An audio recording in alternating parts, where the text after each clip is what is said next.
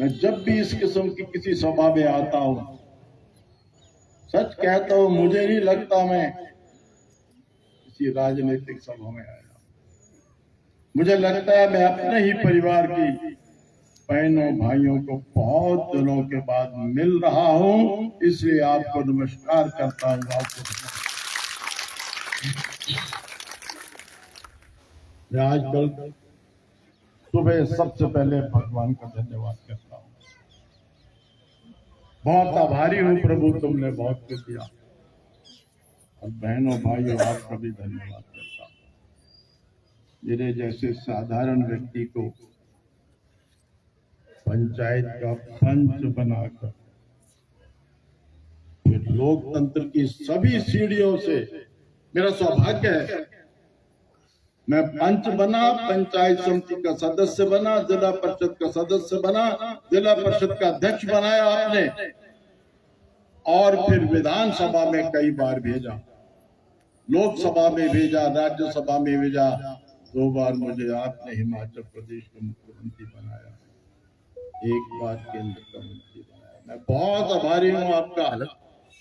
इतना ही नहीं, मेरा सौभाग्य है कि पंच से शुरू करके लोकसभा, राज्यसभा, केंद्र का मंत्री, और फिर एक डेलीगेशन में न्यूयॉर्क गया, 15 दिन रहा, मेरी धर्मपत्नी साथ थी। दुनिया के 190 देशों की जो सबसे बड़ी पार्लियामेंट है, राष्ट्र संघ, उसमें मुझे 3 बार भाषण करने का मौका मिला। आज मेरी धर्मपत्नी इस दुनिया में नहीं, लेकिन तब मेरे साथ न्यूयॉर्क में थी। भाइयों बहनों, जब हम राष्ट्र संघ की उस जनरल असेंबली के अंदर जाने लगे तो मैं दरवाजे पर खड़ा हो गया, हाथ जोड़े, आंखें बंद की और प्रभु को याद किया। मेरी पत्नी ने पूछा, क्या कर रहे हो? मैंने कहा, पंचायत को याद कर रहा हूं जिस मुझे पंच बनाया था, फिर हिमाचल के लोगों को याद कर रहा हूं। एक पंचायत के पंच से शुरू करके मुझे दुनिया के 190 देशों की पार्लियामेंट में भेजा है, और आज मुझे यहाँ भाषण करने का मौका है। मैं सबसे पहले आप बहनों भाइयों का बहुत बहुत धन्यवाद करता हूँ, प्रभु का धन्यवाद करता हूँ। बहनों भाइयों, चुनाव सरकार बनाने के लिए होता है, सरकार विकास के लिए। निर्णय आपने करना है, विकास कब हुआ, कैसे हुआ। मुझे याद आता है 1977 पहली बार मुझे आपने मुख्यमंत्री बनाया। 1947 से 1977 30 साल पीने का पानी देने का भी ख्याल नहीं आया था। आपको याद है, पीने का पानी देने का सरकार में महकमा ही नहीं था। मैं जब मुख्यमंत्री बना और एक विचार आया, सबसे पहले हिमाचल के लोगों को पीने का पानी दिया जाए। मैंने मुख्य सचिव सब बुलाए तो मुख्य सचिव खड़े हो गए, सर ये नहीं हो सकता। मैंने कहा क्यों? कह लगे कोई डिपार्टमेंट ही नहीं है यहाँ पीने का पानी देने के लिए। पीने का पानी देने का विभाग सबसे पहले 1977 में बनाया और पीने का पानी दिया। विकास शुरू हुआ है भारतीय जनता पार्टी के आने के बाद, और 2014 जब भारतीय जनता पार्टी को पूर्ण बहुमत दे दिया, आदरणीय नरेंद्र मोदी की देश के प्रधानमंत्री बने, उसके बाद तो विकास की गंगा हर गांव में पहुंची है। किस किस योजना का जिक्र किया जाए, और हिमाचल प्रदेश की सरकार ने भी पिछले 5 साल में गांव और गरीब के दुख दर्द को महसूस करके अनेक योजनाएं शुरू की हैं, जिनके द्वारा विकास हो रहा है। बहुत विकास हो रहा है, गिनाया नहीं जा सकता, जरूरत भी नहीं है, आप उसके लाभार्थी हैं। लेकिन मैं कहना चाहता हूं, जो कभी किसी ने सोचा नहीं था वो भी हो गया। बहुत कुछ हुआ, एक बात से मैं व्यक्तिगत रूप से संबंधित हूं। मुझे याद है मैं राष्ट्रीय स्वयंसेवक संघ का प्रचारक था। मां ने कहा, बेटा तू बेशक प्रचार कराए, लेकिन घर में जवान बहन है, उसकी शादी करनी है। मैं घर वापस आ गया।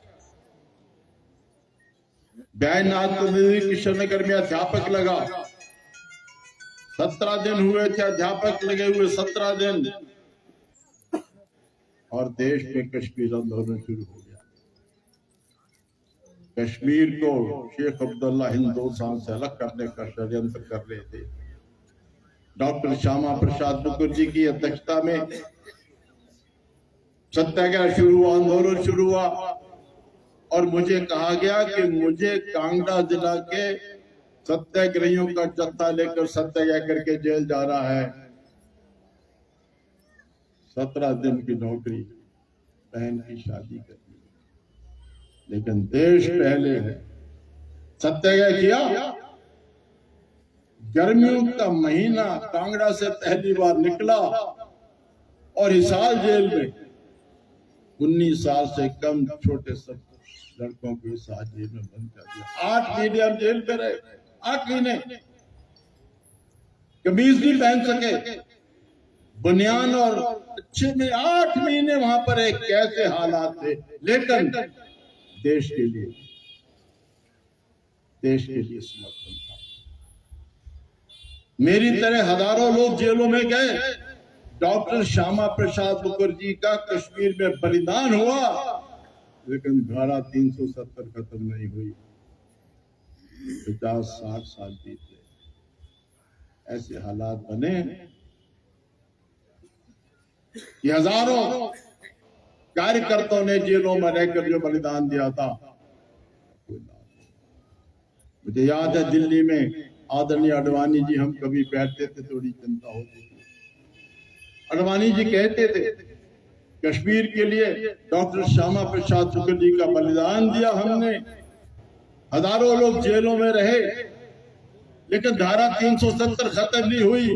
और ये कहते कहते अडवाणी जी की आंखों में आंसू आ जाते। बहनों भाइयों, वो जो असंभव काम था, श्री नरेंद्र मोदी जी ने उस असंभव को संभव किया और धारा 370 खत्म हुई। ऐसे और कितने काम देश में हुए हैं। कम से कम मैं हिमाचल में कभी नहीं सोचता था कि ऐसी भी सरकार आएगी कि 5 लाख रुपए तक का बीमारी का इलाज बिल्कुल मुफ्त होगा। मैं नहीं सोचता था। आज हिमाचल में है। जरा विचार करिए, ऐसी कितनी ही बातें हैं जो असंभव थी, कभी सोची नहीं थी किसी ने, आज वो संभव हो गई। विकास की दृष्टि से किसी प्रकार की कमी नहीं। कांग्रेस के लोगों के पास ले देकर एक बात रहती है, बेरोजगारी है, महंगाई है। बेरोजगारी है, किस कारण है? उसका कारण क्या है? बेरोजगारी महंगाई को दूर करने के लिए जो भी हो सकता था वो हमारी सरकारों ने किया है। इससे ज्यादा कुछ नहीं हो सकता।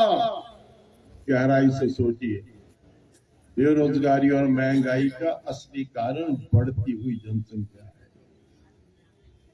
हम 30 करोड़ थे, 141 करोड़ हो गए। नरेंद्र मोदी जी लाखों लोगों को रोजगार देते हैं, लेकिन हर साल 50 लाख नए जॉब सीखकर आ जाते हैं।